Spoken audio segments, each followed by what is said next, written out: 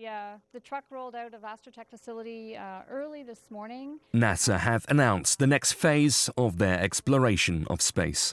Less than a week after closing the Space Shuttle program, the Juno probe begins its journey to the launch pad at Cape Canaveral. And scientists told reporters about the mission to the solar system's giant. We launch on August 5th and we head to Jupiter, and the main goals of Juno are to study the origin of Jupiter, and it represents giant planets, as we know, around our star, as around other stars, and it holds a lot of key secrets, which I'll go through a little bit of that, on how we formed the solar system, where Jupiter came from, and also the rest of the solar system.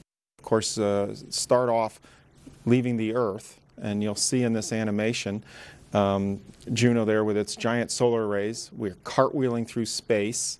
We're spinning about 2 RPM, two revolutions per minute. And you see the beautiful clouds here. There are zones and belts, different colors. There's a giant red spot. We've been observing this giant storm for over 300 years. Another of our objectives is to study the polar magnetosphere. Because we're going over the poles, we're perfectly suited to study the great aurora, the strongest aurora in the entire solar system.